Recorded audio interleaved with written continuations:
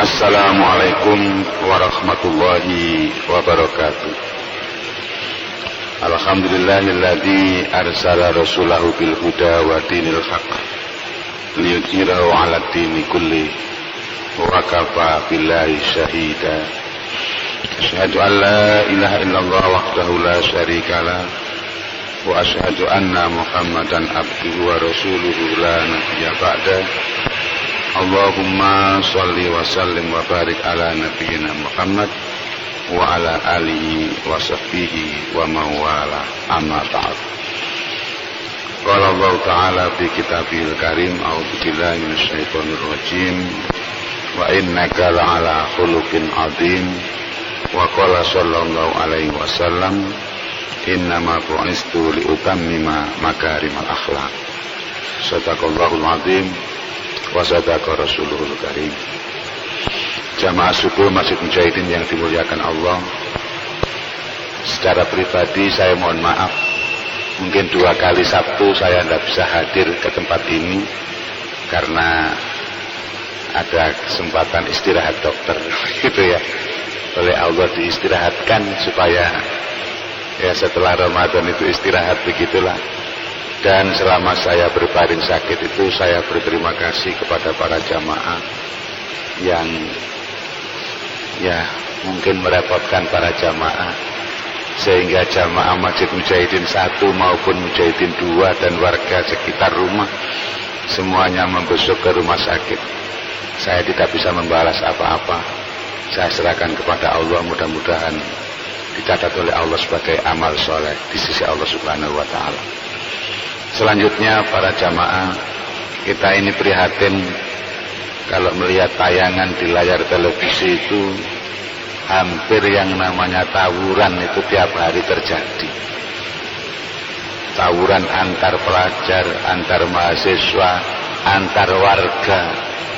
Kemudian juga yang mengiringi berita-berita itu adalah bencana-bencana terjadi di mana-mana. Ini semuanya memprihatinkan. Kita pun bertanya-tanya mengapa semua ini terjadi. Hidup ini memang penuh dengan cobaan, penuh dengan tantangan dan rintangan. Tetapi yang paling penting adalah pendekatan diri kita kepada Allah Subhanahu wa ta'ala. Kalau kita ini dekat kepada Allah dan melaksanakan takwa yang sebenar-benarnya, insya Allah beres segala persoalan. Pada suatu hari Abu Dzar bertanya kepada Nabi, "Ya Nabi Allah, ausini, beri aku wasiat ya Rasulullah yang dengan wasiat itu bisa kugunakan untuk pegangan dalam hidupku." Maka Nabi SAW mengatakan dalam sabdanya, "Alaika bitaqwallah fa ya Rasul amri kulli." Kuwasiatkan kepadamu agar senantiasa bertakwa kepada Allah, karena dengan takwa itu beres segala persoalan. Jadi kalau kita kembalikan semua persoalan ini kepada diri kita masing-masing, berarti kita, pemimpin kita atau siapa saja, mungkin ketakwaannya kepada Allah itu kurang, sehingga mengalami benturan-benturan yang beraneka warna. Dalam sebuah hadis Nabi pun bersabda, "Idza kana umara'ukum khiyarakum wa aghniya'ukum sumaka'akum wa amrukum sura bainakum fa dhahrul ardi khairun min batniha." Apabila para pemimpinmu adalah para pemimpin yang merupakan pilihan dan orang terbaik di antara kalian, kemudian para ahli ekonominya adalah orang-orang yang dermawan, dan segala urusan yang diputuskan oleh negara adalah berdasarkan musyawarah, maka punggung bumi itu lebih berarti daripada perutnya. Artinya kalau kita itu ingin negara ini makmur, tentram dan damai sejahtera, makmur lahir dan batin, maka syaratnya adalah para pemimpin itu merupakan orang yang terbaik daripada orang-orang yang dipimpinnya, terbaik dalam hal lahir dan batinnya. Begitu pula yang ahli ekonomi, bukan orang-orang ahli ekonomi yang mementingkan kepentingan pribadi atau golongan, tetapi mementingkan kepentingan umum rakyat bersama. Dan yang ketiga, apabila musyawarah itu ditegakkan, segala sesuatu diputuskan dengan dasar musyawarah, bukan dengan dasar emosi, bukan dengan dasar karena disuruh oleh istri-istri atau disetir oleh istri-istri mereka. Maka yang demikian ini kalau dilaksanakan, punggung bumi itu lebih baik dari perutnya, artinya kemakmuran lebih dapat kita rasakan. Tapi kalau sebaliknya, pemimpinnya adalah pemimpin yang jelek, kemudian para agniya, para ekonom, para orang-orang kaya adalah orang-orang yang bukhala akum, yaitu orang-orang yang batil, dan pemerintahan ditegakkan bukan dasar musyawarah, tapi atas kepentingan istri-istri, para pejabat dan sebagainya, maka kata Rasulullah, fabatnul ardi khairun min dhahriha, maka perut bumi lebih baik daripada punggungnya. Artinya pemerintahan yang demikian itu sangat payah, sangat berat, sampai digambarkan lebih baik di dalam bumi daripada di atas punggungnya. Ini suatu ibarat, suatu tamsil. Maka kalau kita itu diamanati oleh Allah sebagai pemimpin, ingatlah akan sabda Rasulullah, kullukum ra'in wa kullukum mas'ulun an ra'iyatihi. Tiap-tiap kalian adalah pemimpin dan tiap-tiap kalian itu akan ditanya, dimintai pertanggungjawaban atas kepemimpinan kalian. Kalau ini kita pegang teguh oleh para pemimpin, pasti tidak mau menyia-nyiakan kepemimpinannya itu di hadapan rakyat, karena nanti dipertanggungjawabkan di hadapan Allah Subhanahu wa ta'ala. Kita melihat para pemimpin di zaman Nabi dan para sahabat. Ada sebuah kisah bahwa Umar bin Khattab itu pernah pada suatu hari dicurhati oleh anak laki-lakinya. Ia ingin mendapatkan atau dibelikan seekor kuda tunggangan yang sangat bagus. Mungkin kalau sekarang ya motor yang paling bagus begitu ya, paling baru. Tapi Umar saat itu tidak punya uang. Bingung. Istri Umar orang yang cerdas mengatakan, wahai baginda Umar, Anda kan seorang khalifah, ucapan Anda didengar dan dipercaya, tanda tangan Anda pun laku. Mbok ya Jawa nih, bahasa Indonesianya apa ini Pak Haji? Mbok ya teken saja ngebon kepada bendahara negara agar dikeluarkan uang sebesar itu untuk membelikan kendaraan anak kita, biar anak kita itu puas. Wong anaknya khalifah kok kendaraannya bagus, kan ya pantas gitu. Wah, kamu ini cerdas, kata Umar. Dicoba membuat surat. Tetapi apa yang terjadi para jamaah yang dimuliakan Allah, karena saat itu ekonominya, orang-orang yang ahli ekonomi adalah orang-orang yang dermawan, orang-orang yang berpihak kepada rakyat, bukan berpihak pada kelompok. Maka ketika Umar menyodorkan sepucuk surat ngebon itu, oleh bendahara dijawab, Baginda Umar, saya kasihan kepada Baginda Umar. Apakah Baginda yakin bahwa umur Baginda itu sampai di akhir bulan sehingga berani meminta uang sekarang ini? Karena itu saya keberatan untuk mengeluarkan uang untuk kepentingan tersebut. Lebih baik Baginda Khalifah menunggu akhir bulan saja. Begitu surat permintaan tadi dijawab demikian oleh bendaharanya, Umar bin Khattab menitikkan air mata, menangis terharu. Inilah bendahara yang betul-betul jujur.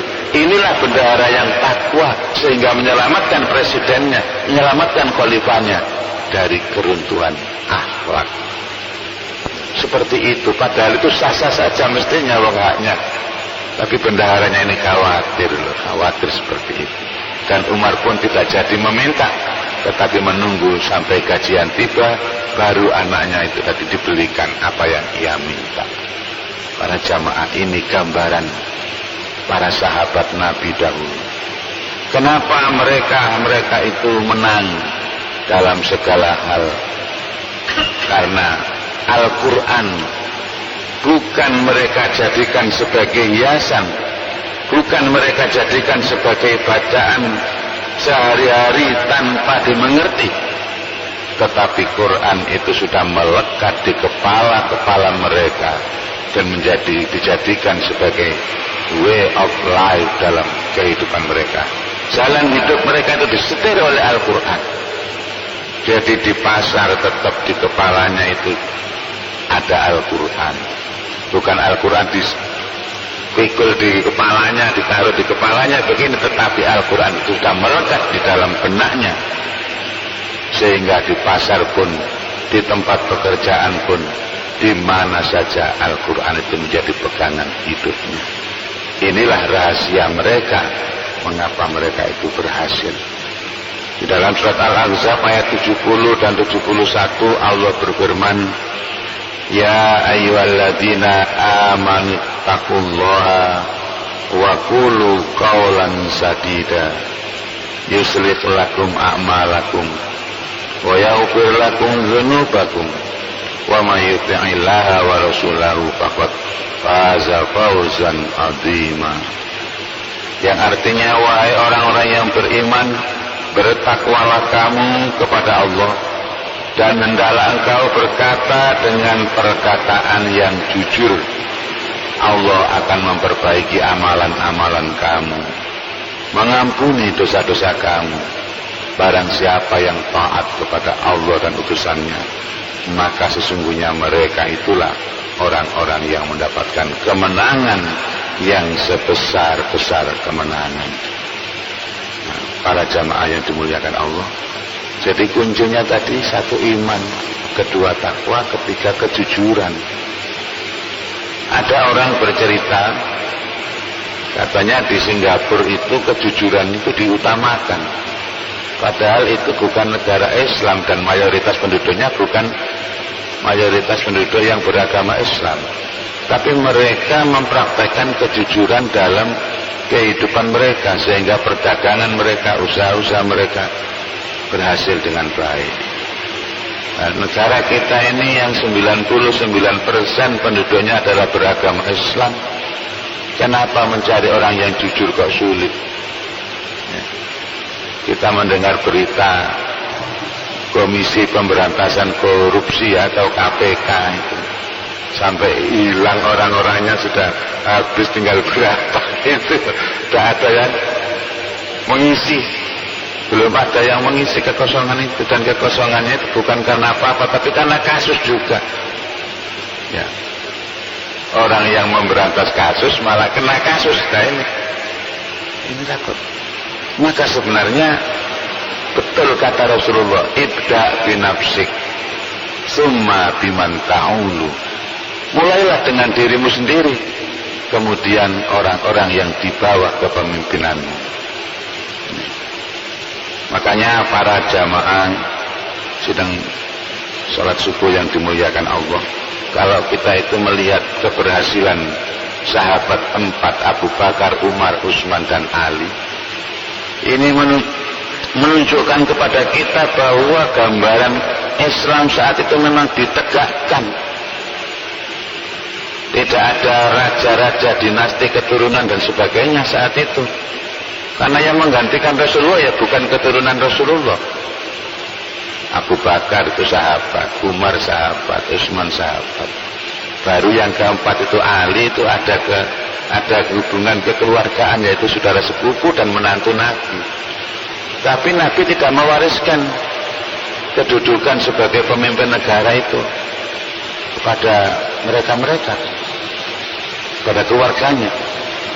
Baru setelah khalifah yang keempat Ali bin Abi Thalib itu wafat, selanjutnya ini yang menggunakan kerajaan dan dinasti turun-temurun. Makanya Profesor Salabi mengatakan bahwa setelah Ali bin Abi Thalib wafat itu seakan-akan berhenti pemerintahan Islam.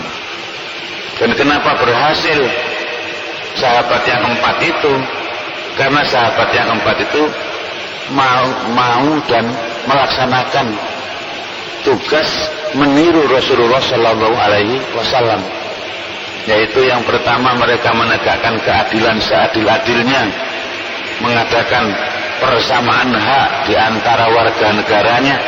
Dan yang ketiga, para pemimpinnya itu adalah orang-orang yang sederhana, bukan orang kaya. Memang Rasulullah mengatakan ada 3 hal yang menyelamatkan manusia. Yang pertama, takut kepada Allah dalam keadaan biasa ataupun dilihat orang banyak. Ini yang pertama. Yang kedua, dia dapat berbuat adil sekalipun dalam keadaan marah ataupun keadaan biasa. Dan yang ketiga, dia mampu hidup sederhana sekalipun dalam keadaan kaya ataupun miskin. Kalau sederhana di waktu miskin gampang karena memang tidak punya. Sederhana di waktu kaya ini yang susah. Loh, pantas saya sederhana, tidak punya apa-apa. Tapi kalau orang itu kaya tetapi hidup sederhana, ini yang luar biasa. Inilah yang dikatakan oleh Rasulullah, salasun munjiat, 3 hal yang menyelamatkan manusia. Nah, ini pula yang menyebabkan keberhasilan para sahabat. Coba sekarang kita itu kalau jadi pemimpin, menirulah. Paling tidak bisa meniru seperti Rasulullah, meniru para sahabat 4 itu saja sudah bagusnya luar biasa. Ya, tidak mungkin kita itu bisa meniru 100% seperti Rasulullah. Tetapi kita paling tidak itu berusaha untuk seperti beliau. Walaupun tidak bisa 100% persis, karena memang beliau itu diwahyukan oleh Allah segala yang dilakukannya, bukan ucapan biasa. Rasulullah tidak mengerti kesehatan, tetapi bicaranya bisa menyangkut kesehatan. Rasulullah tidak mengerti pertanian, tetapi kadang-kadang apa yang dibicarakan bisa meliputi kepentingan orang tentang pertanian dan seterusnya. Karena apa? Yang dibicarakan itu bukan berdasar hawa nafsu, tetapi wahyu yuha, wahyu yang diwahyukan oleh Allah kepada beliau. Para jamaah, maka kuncinya kalau kita itu ingin hidup kita ini makmur, maka apabila kita jadi pemimpin, hendaklah menjadi pemimpin yang beriman, bertakwa dan jujur. Begitu pula rakyatnya beriman, bertakwa dan jujur. Dalam hadis lain disebutkan pembangunan umat itu tergantung kepada 4 pilar. Yang pertama, pemimpinnya itu adil. Yang kedua, para ekonominya itu dermawan. Yang ketiga, para ulamanya itu ulama yang baik, ahli ilmunya itu adalah ahli-ahli ilmu yang betul-betul bagus, mementingkan kepentingan umum bukan kepentingan pribadi. Yang keempat, rakyatnya ini mau mendoakan pemerintahannya. Ini. Kalau rakyat itu makmur, maka rakyatnya itu pun mendoakan baik kepada para pemimpinnya. Ini juga sangat penting. Bayangkan satu khalifah atau satu presiden atau seorang raja kan memimpin sekian banyak rakyat. Lah kalau sekian banyak rakyat itu mendoakan jelek, betapa bahayanya. Sebaliknya kalau mendoakan baik, maka tentu akan diberkahi oleh Allah karena doa-doa orang-orang kecil atau rakyat miskin, rakyat jelata. Dan itu akan imbal balik kalau rakyat itu diperhatikan, pasti akan mendoakan. Di zaman Khalifah Umar itu sering beliau mengadakan ronda, melihat-lihat sampai di mana kemampuan ekonomi rakyatnya ini. Masih adakah yang terbengkelai, masih adakah yang terlantar. Diperhatikan. Tidak hanya menyerahkan kepada seksi-seksinya atau menteri-menterinya atau para pembantunya, tetapi kadang-kadang beliau sendiri terjun untuk melihat dari dekat bagaimana situasi rakyat yang sedang dipimpinnya itu. Walaupun kadang-kadang mendapat benturan, diolok-olok oleh rakyatnya, begitu tahu itu pemimpin minta maaf, tapi dia mengatakan sayalah yang harus minta maaf, bukan Anda sebagai rakyat yang minta maaf kepada raja atau khalifahnya. Nah, inilah para jamaah yang dimuliakan Allah. Kalau kita ingin jadi negara yang makmur, tentram dan damai, kampung yang makmur dan damai, maka para pemimpinnya semuanya adalah orang-orang yang beriman, bertakwa dan jujur. Kalau itu dilaksanakan, maka Allah akan memperbaiki kesalahan-kesalahan kita, mengampuni dosa-dosa yang kita lakukan, dan kita diberikan kemenangan selama kita masih taat kepada Allah dan putusannya. Demikian para jamaah. Selanjutnya mari kita berinteraktif supaya tidak ngantuk, karena pagi begini kalau tidak interaktif ngantuk ya Pak Haji Tanungnya. Ya Pak Anung, monggo saya persilakan dari para jamaah sumbang saran dan sebagainya. Ini Pak Anung nomor 1 ini rupanya. Monggo mic-nya Pak. Ya, iya.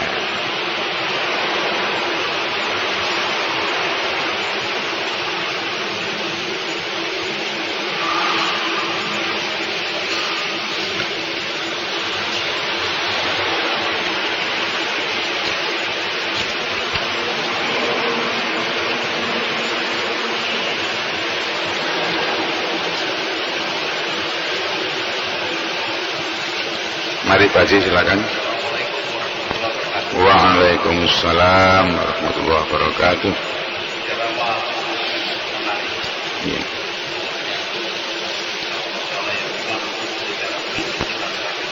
Ya. Pertanyaan saya sebenarnya banyak, tapi dua malam. Iya. Yang pertama,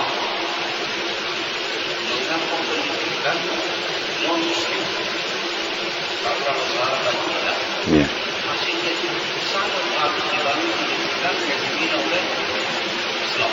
Ya. Yang pertama.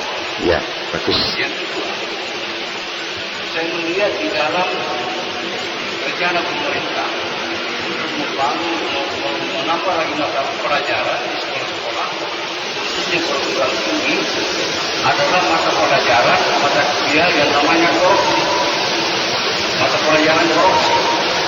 Saya khawatir dengan penerapan nanti malah seperti tidak korupsi.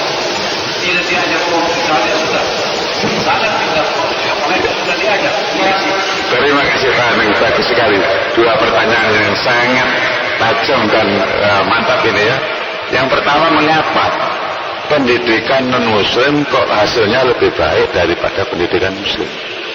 Daripada pendidikan sekolah-sekolah Islam, begitu maksudnya Pak ya? Sekolah-sekolah Islam kok jauh tertinggal. Nah ini saya teringat Abul A'la Al-Maududi yang menulis tentang sebuah buku Limadza ta'akhkharul muslim wa taqaddam ghairuhum. Kenapa orang-orang muslim itu terlambat, ya, tertinggal, sedangkan yang non muslim itu maju? Jawabnya ringkas saat itu. Orang Islam itu mundur karena meninggalkan ajaran kitab sucinya, dan non muslim itu maju karena meninggalkan kitab suci mereka. Jadi sama-sama meninggalkan kitab suci tapi hasilnya beda. Kalau Islam meninggalkan kitab suci malah mundur, non muslim meninggalkan kitab suci mereka malah maju. Jadi ini mungkin jawaban yang sedikit nyentuh lah, walaupun tidak tepat, tetapi bisa juga dilihat. Karena kaum muslimin ini nampaknya ya, sekolah-sekolah Islam tidak mau menerapkan atau mengaplikasikan apa yang sudah diajarkan oleh Rasulullah kepada para sahabat itu untuk diaplikasikan ke sekolah-sekolah Islam. Kadang-kadang kita ini meniru kurikulum Barat, kita meniru kurikulum model Belanda, model Amerika, dan macam-macam. Kenapa kita tidak konsis kepada apa yang diajarkan oleh Rasulullah? Sudah jelas itu yang diajarkan oleh Rasulullah itu. Pertama, tanamkan ketakwaan kepada Allah, kemudian amal soleh, kemudian akhlak yang mulia. Dan ini dipraktekkan kan sudah luar biasa. Nah ini mestinya para ahli ilmuwan itu merancang yang dinamakan takwa itu penjabarannya bagaimana, amal soleh itu yang bagaimana, lalu diterapkan. Dan terutama kejujuran ini tadi Pak Adi, kejujuran ini sangat penting. Kepala sekolahnya jujur, gurunya jujur, wali muridnya jujur, hebat sudah. Untuk sekolah-sekolah baik Islam maupun sekolah umum itu kadang-kadang wali muridnya tidak jujur kok. Gurunya kadang-kadang juga tidak jujur, kadang-kadang loh, tak semuanya loh ya, kadang-kadang. Kalau di garis bawah itu ya, kadang-kadang begitu. Ada sekolah itu memberikan edaran tiap siswa dipungut biaya sekian untuk demikian. Oleh anaknya tidak jujur, bilang sama ibunya, karena ibunya juga tidak jujur, enak saja. Guru di sekolah itu ada iuran untuk kegiatan olahraga. Berapa nak? 15.000, padahal cuma 10.000, sudah untung 5.000, korupsi Pak. Lalu ibunya bilang pada ayahnya, pada suaminya, Pak, di sekolahnya anak Bapak ada iuran 20.000 untuk kegiatan olahraga, dapat lagi 5.000 ibunya. Loh, ini sering terjadi di masyarakat kita. Jadi begitu Pak ya, ini kembalinya itu kenapa kita itu tidak berhasil, karena kita tidak percaya atau kurang yakin dengan yang sudah diajarkan oleh Rasulullah. Tambah begini dan begitu, kalau tidak dikatakan itu tidak modern. Padahal Rasul itu sudah, apa yang diajarkan oleh Rasul itu tidak akan lapuk dimakan zaman. Kenapa kita tidak meniru? Sudahlah, hanya kemasannya saja yang dirubah, kan begitu Pak Anting ya. Nah, terus yang kedua, pelajaran korupsi ya, mata kuliah korupsi dimasukkan di perguruan tinggi. Ya ini bisa positif, bisa negatif.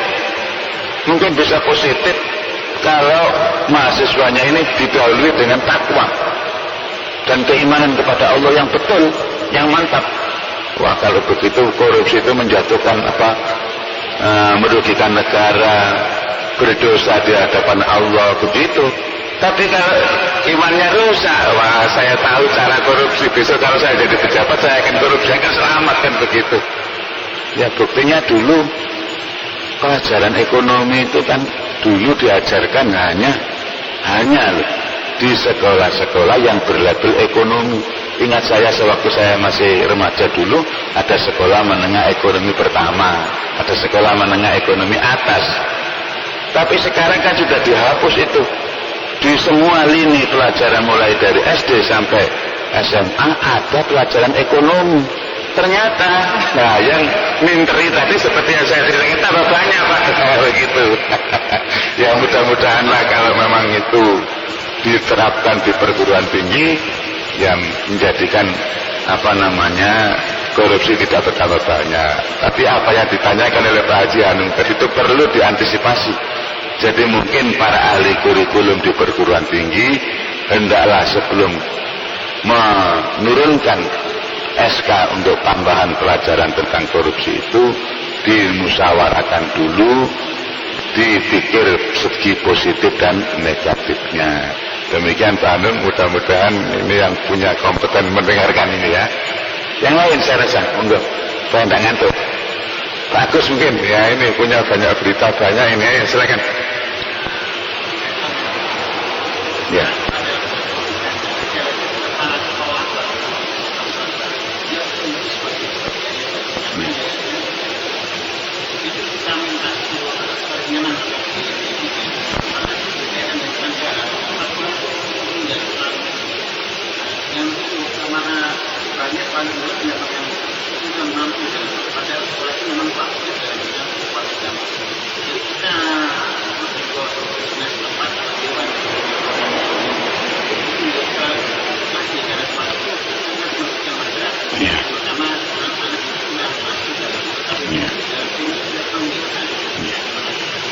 Terima kasih Pak Agus ya. Saya pernah mendengar wawancara di layar TV. Waktu itu masalah pendidikan antara yayasan dan sekolah. Seharusnya yayasan dan kepala sekolah itu punya tempat dan porsi sendiri-sendiri, sehingga tidak tumpang tindih gitu loh Pak. Jadi yayasan itu mestinya ya mereka itu termasuk orang yang punya kegiatan yayasan, maka disusunlah program-program apa begitu, kemudian kepala sekolah ini sebagai pelaksana dilaksanakanlah apa yang sudah visi misi yang sudah dimiliki oleh yayasan itu dijabarkan oleh kepala sekolah di tengah-tengah masyarakatnya. Kalau sudah demikian, masing-masing punya porsi sendiri-sendiri, punya kedudukan sendiri-sendiri, insya Allah tidak akan terjadi sekolah mahal, karena yayasan hanya ngurusi itu merasa memiliki bangunannya dan sebagainya dan punya andil terhadap pendidikan, sedangkan kepala sekolah sebagai pelaksananya tidak kok. Biasanya kan begini, kalau sekolah sudah maju yayasan cawe-cawe, bagaimana mana setorannya dan sebagainya. Nah ini yang menyebabkan sekolah jadi mahal, sekolah jadi terbebani, harus setor begini dan begitu dan sebagainya. Semestinya kan mendirikan yayasan atau lembaga pendidikan itu untuk kepentingan umat. Nah ini kembalinya ke situ, bukan untuk kepentingan pribadi. Makanya kalau dahulu yayasan-yayasan keagamaan, yayasan-yayasan pendidikan itu pajak dan sebagainya itu dipotong Pak, dikurangi, karena ini untuk kepentingan kesejahteraan rakyat. Sekarang tidak, dianggap itu sudah usaha komersil yayasan-yayasan itu, karena kejadiannya dan yang dilihat di mata masyarakat itu seperti itu. Enak punya yayasan, tinggal begini dan begitu. Semestinya enak punya yayasan itu kan untuk kepentingan masyarakat. Oh, berdirinya sekolah ini karena apa, itu harus sejarahnya harus ditampaikan itu, sehingga pelanjutnya itu bisa mengetahui oh begini misinya dan seterusnya. Begitu bagusnya himbauan kita.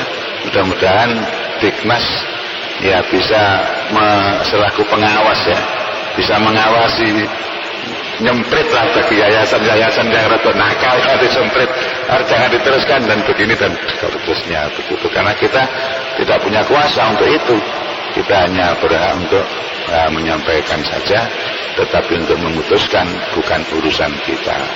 Tapi setidak-tidaknya kalau suara rakyat itu didengar, insya Allah akan baik hasilnya, karena nanti dimusyawarahkan. Begitu bagus. Mungkin masih ada yang lain, tapi waktunya ini yang sudah siang ini Pak ya, kita akhiri ya dengan doa penutup majelis. Bismillahirrahmanirrahim. Alhamdulillahirabbil alamin. Allahumma shalli ala Muhammad wa ala Muhammad. Subhanaka Allahumma wa bihamdika nasyhadu an la ilaha illa anta nastaghfiruka wa natubu ilaik. Rabbana atina fid dunya hasanah wa fil akhirati hasanah wa qina adzabannar. Wa subhana rabbika rabbil izzati amma yasifun wa salamun alal mursalin walhamdulillahi rabbil alamin. Wassalamualaikum warahmatullahi wabarakatuh.